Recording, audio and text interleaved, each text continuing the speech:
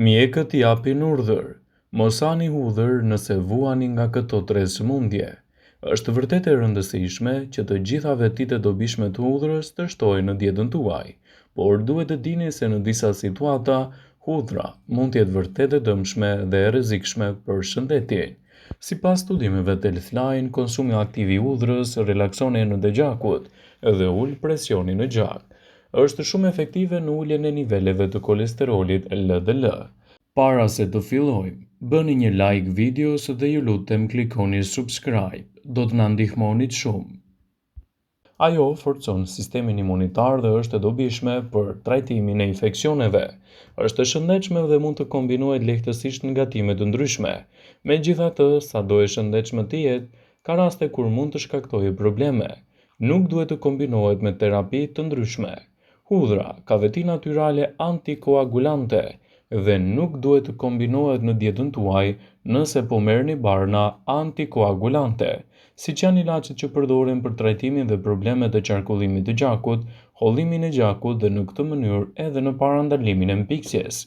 Ekspertët citojnë se hudhra nuk duhet të konsumohet në dietën tuaj në të njëjtën kohë me konsumin e medikamenteve të caktuara të cilat i merrni për qarkullimin e dobët të gjakut, hollimin e tij dhe gjithashtu edhe në parandalimin e mpiksjes.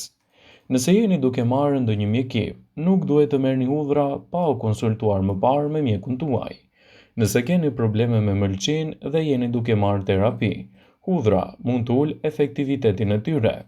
Personat me stomak të ndjeshëm duhet të shmangin hudhrën, sepse është e vështirë për t'u tretur. Gratë shtatzana ose ato që ushqejnë fëmijën me gji, marrjen e hudhrës si ilaç nuk e rekomandojnë ekspertët. Nëse keni presion normal ose të ulët të gjakut, nuk duhet t'i hani hudhrat çdo ditë. Presioni mund të bjerë më shumë dhe mund të shkaktojë komplikacione.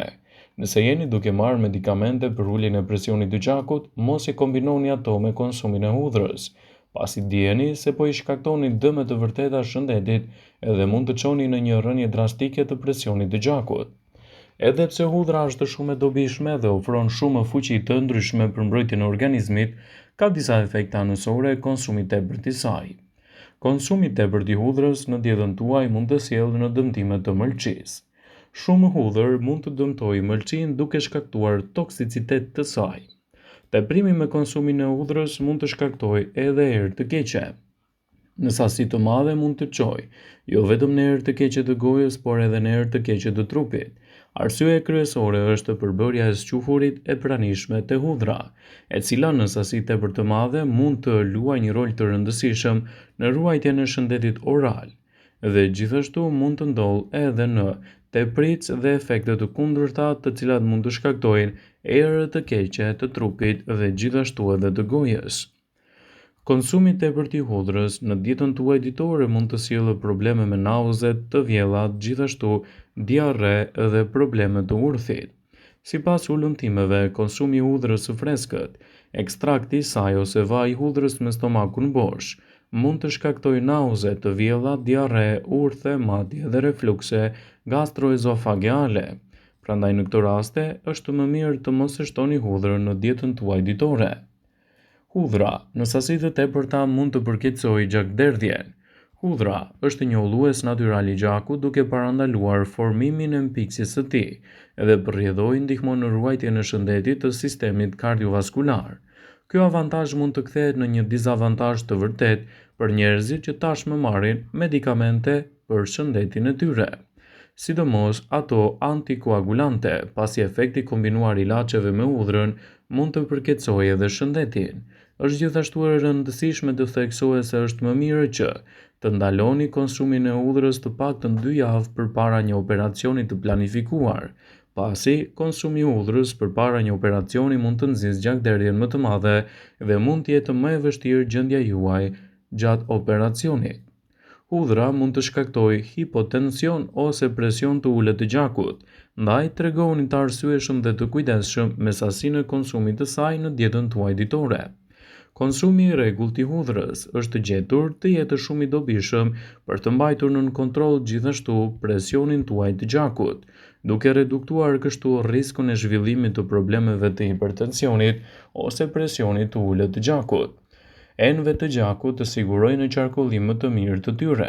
Ky avantazh i hudhrës mund të kthehet në dizavantazh kur konsumohet me tepritës në dietën tuaj, pasi mund të ulë presionin e gjakut në mënyrë dramatike dhe të shkaktojë gjithashtu presione të shëndetit të dobët, të cilat mund të shoqërohen me ndjenja të mëdha të lodhjes, marramendje, të përzira, shikim të turbull, gjithashtu edhe probleme të shëndetit të përgjithshëm. Hudhra në sasi të tepërt në dietën tuaj mund të shkaktojë djersësitje. Në sasi të madhe mund të shkaktojë djersë të tepërta, edhe pse nuk ka asgjë të keqe me djersësitjen pasi është mekanizmi mbrojtës i trupit, djersa e tepërt nuk është e këndshme për askënd dhe kjo e bën edhe më të keqe, pasi përbërësit e sjufurit të pranishëm të hudhra mund të shkaktojnë erë të keqe të trupit gjatë kohës kur djersiteni. Konsumi i tepërt i hudhrës në dietën tuaj mund të çojë në irritime të ndryshme të lëkurës. Aplikimi lokal i hudhrës është gjetur të jetë i dobishëm për lëkurën pasi ndihmon në mbajtjen e saj të butë, plot me shkëlqim dhe mbana të mbrojtur nga dëmet e stresit oksidativ të shkaktuara kryesisht edhe nga problemet e radikaleve të lira. Megjithatë, duhet të theksohet se kontakti i zgjatur i hudhrës me lëkurën mund të shkaktojë acarime, skuqje dhe probleme të mëdha të saj, duke krijuar kështu një shqetësim më të madh të shëndetit tuaj dhe të krijojë bezdisje më të mëdha të shëndetit.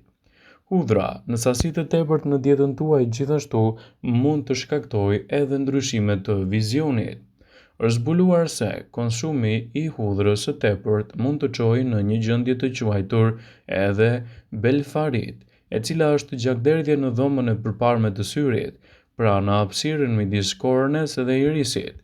Marrja e dozave të mëdha të hudhrës mund të veprojë si një antikoagulant në disa raste dhe të shkaktojë përkeqësime të gjendjeve tuaja shëndetësore, citojnë ekspertët.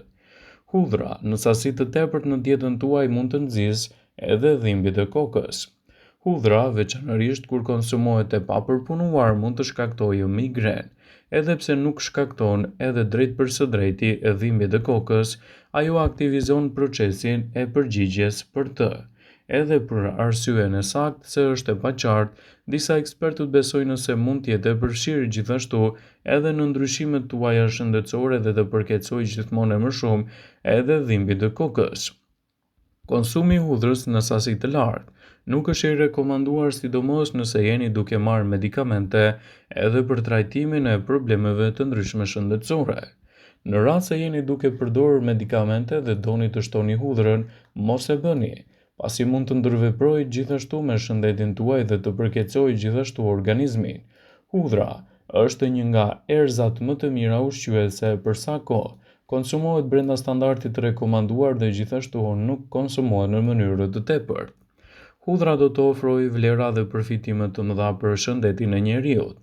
Ndonse vendi ynë nuk eksporton hudhrën, shumë fermerë nga veriu në jug e mbjellin atë në sasi të vogla, qoftë për përdorime personale, ashtu edhe për përfitime të tregut vendas. Përpos paraqitjes së saj, hudhra kur konsumohet në normën e saj të rekomanduar, do të ofrojë edhe përfitime të mira në mbrojtjen e shëndetit. Ajo do të rrisë sistemin tuaj imunitar. Studimet klinike kanë treguar se hudhra shkatërron qelizat e dëmshme.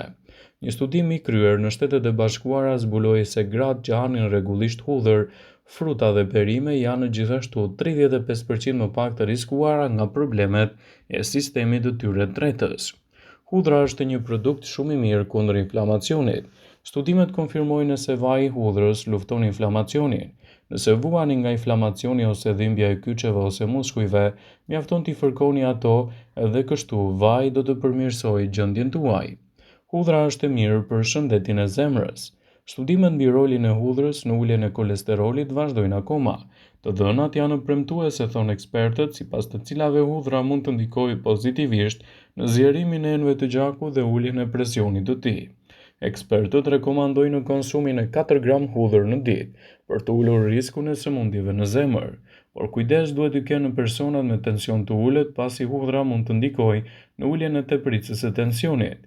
Lehtëson kështu edhe rastet kur nuk duhet të konsumohen në sasi të tepërt. Vëmendje, ju bëjmë dije se informacionet në këtë video kanë për qëllim që të plotësojnë. të mos zëvendësojnë në këshillat e mjekut tuaj ose ato të ofruesit të kujdesit tuaj shëndetësor, dhe nuk ka në për qëllim që të mbulojnë të gjitha përdorimet e mundshme, masat paraprake, ndërveprimet ose dhe efektet e tyre negative për shëndetin tuaj.